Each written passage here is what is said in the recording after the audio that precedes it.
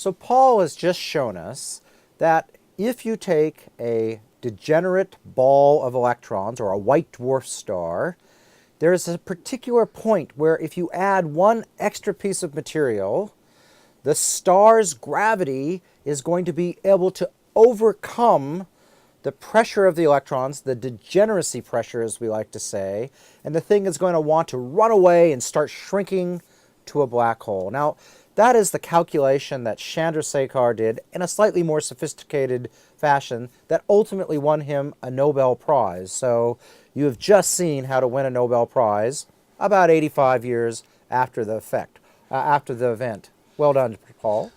My pleasure.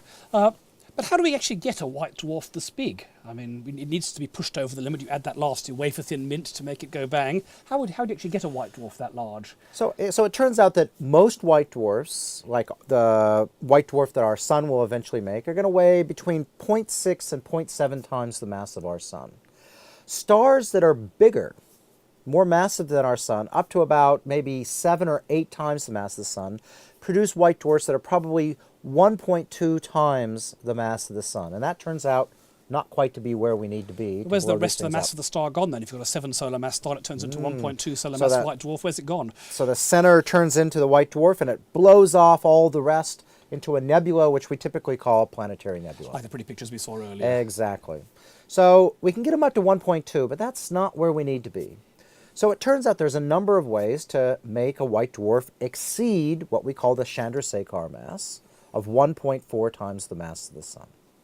So one way to do it is we see through these classical novae.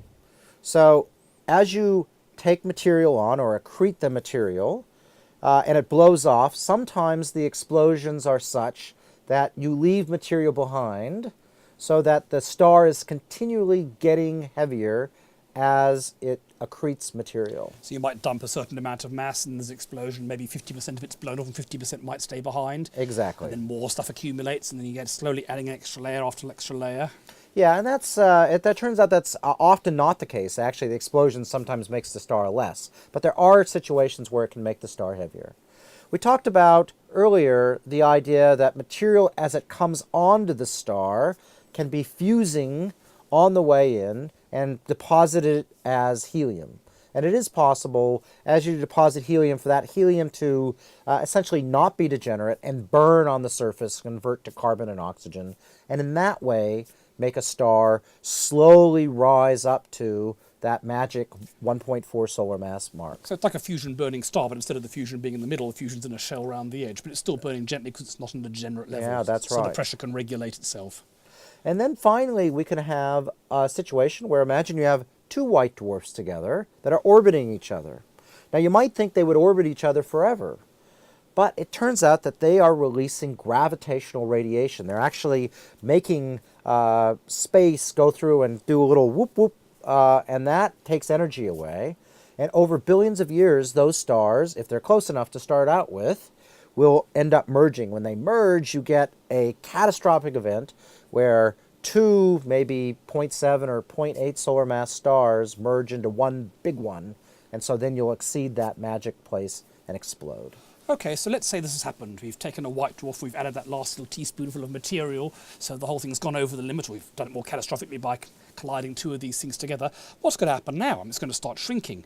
The mass is now over the limit, so wouldn't it just keep on shrinking without limit till it gets down to zero size? So obviously it would turn into a black hole before it reached zero size, but it turns out that carbon, well, many stars can burn carbon. If you add carbon and add a helium atom to it, or what we call an alpha particle, you can make oxygen, and you can add the helium to oxygen and make sequentially heavier elements. And so the density and the temperature inside one of these white dwarf stars is so high that it's close to the ability to start burning carbon, but not quite. But when you squeeze it, that last little bit, when you go over that magical mark, you reach the point very quickly where you can burn carbon. And of course it's, again, degenerate, so temperature and pressure are kind of independent of each other, and once you start burning, the whole thing is going to burn as fast as it can go. Yeah, so we talked earlier about the white dwarfs weren't doing fusion because they were carbon and oxygen, but that wasn't the density of a white dwarf, so we're now shrinking it down. that can burn. You don't get as much energy out of carbon and oxygen in fusion as you do out of hydrogen, but you still get a fair amount if you can fuse carbon, oxygen all the way to the most stable element, iron. So let's actually calculate how much energy you can get from one of these things.